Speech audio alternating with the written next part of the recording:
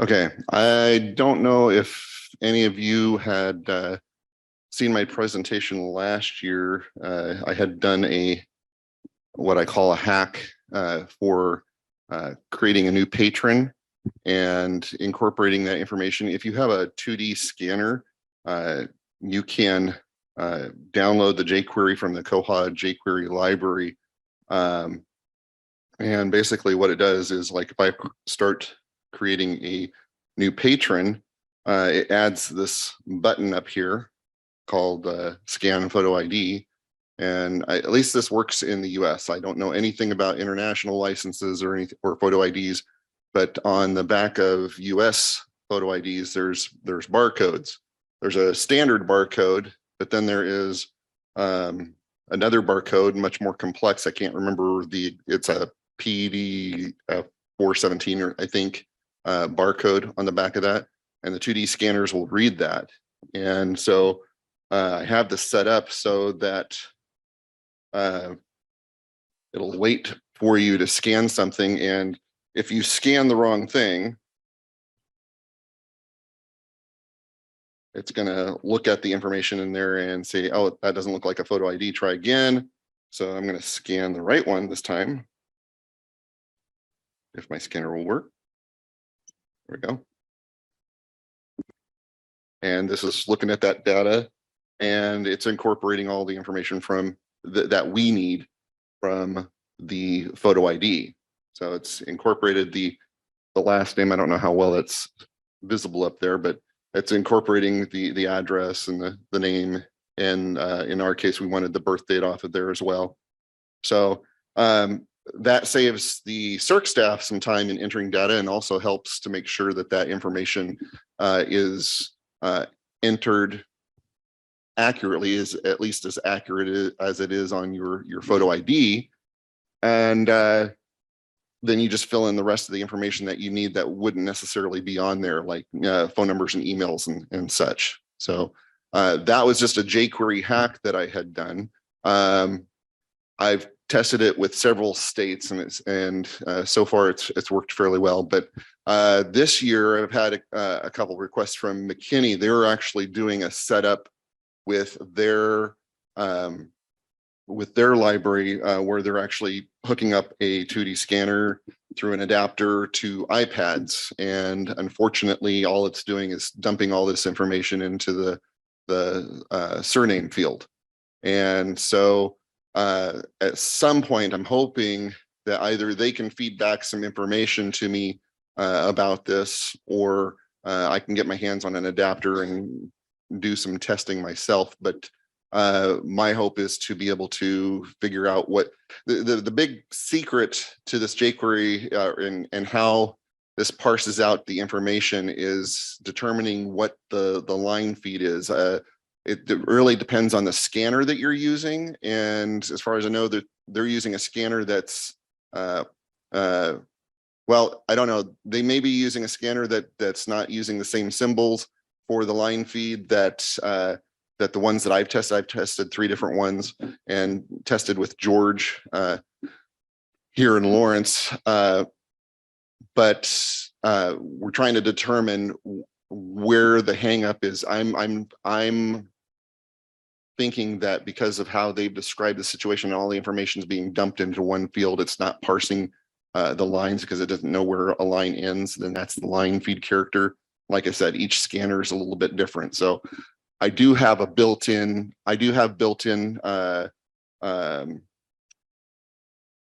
debugging information in the console. I'm not going to show it on the screen because it'll show too much of my ID information, but there's debugging information. It basically shows everything that it's reading from that PDF 417 that I can take and look and see what kind of characters are being used for those line feeds, and then add that to the jQuery so that it can parse that correctly. So hopefully we'll be able to get that to work on tablets at some point with those barcodes. So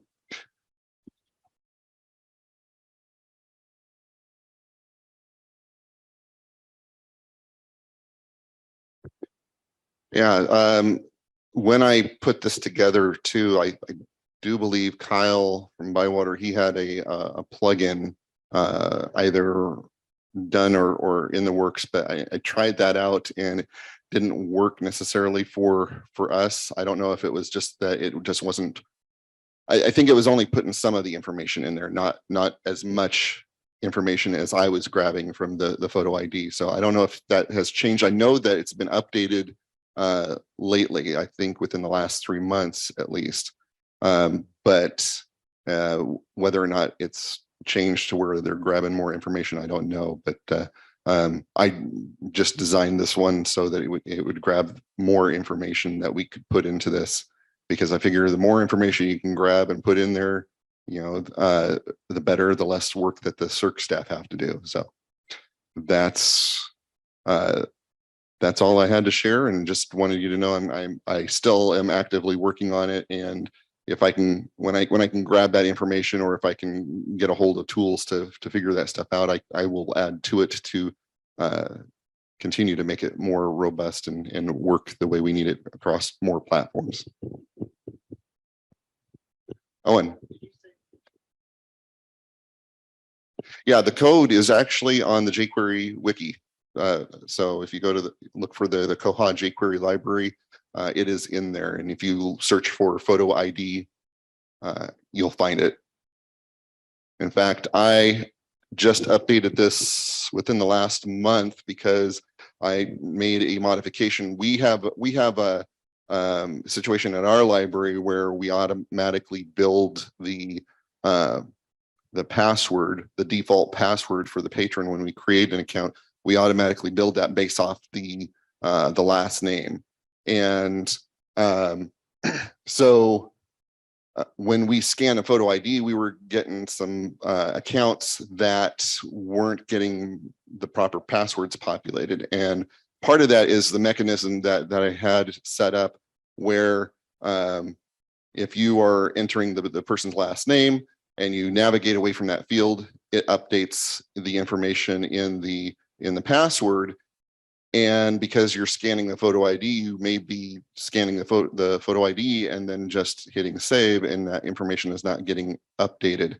So I updated the code so that once it's done scanning and incorporates all that information in the fields, it is now leaving the focus on the last name, so that no matter what you do, if you go hit save or you navigate to another field, it's updating that password properly as well. So that was a small modification, not going to affect everybody. You know, it just affects us, to my knowledge, because of our special modification with the passwords. But just one more tweak to it. But you know, it's something that I can modify as necessary. If it's interfering with some other things, if you let me know about it, I can certainly look at it and investigate and see what we can do to adjust it towards your needs. But certainly want to be able to work on it so we can get it on other platforms.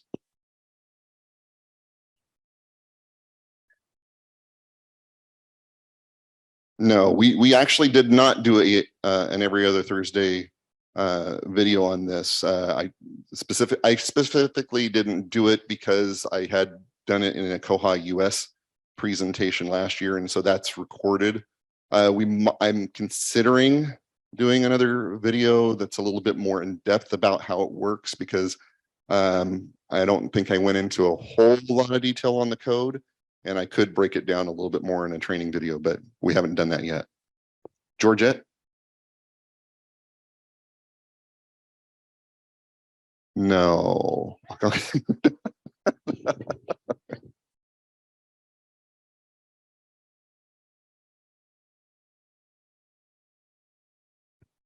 A 2D scanner, your typical barcode scanner from several years ago usually has just a real thin red line and reads regular barcodes, but doesn't read anything beyond that. It won't read a QR code. It won't read the PDF 417s. So a 2D barcode actually, instead of it's how it reads the barcode.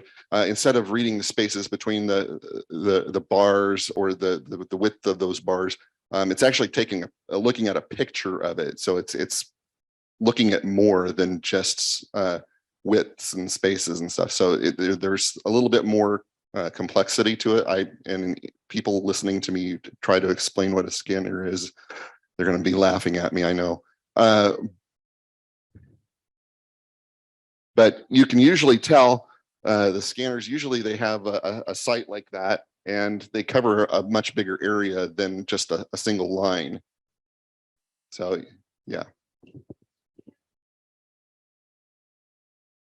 Yes, they're actually in the code. If you look at the code, I think I put it in the notes for the jQuery library, but I also put it in a statement in there what scanners I've tested with, and George helped me test as well. So I bought a couple of scanners, and I've tested with 3 on my location. Then he tested on his end, make sure things worked on his end. I just wanted to make sure it wasn't just dumb luck in our environment that it worked. So he helped me, and then I've actually used it in the field with patrons, and I've had several states that I've tested against so far. So things have gone well with it. Yeah. Anyone else? Okay, that was fun.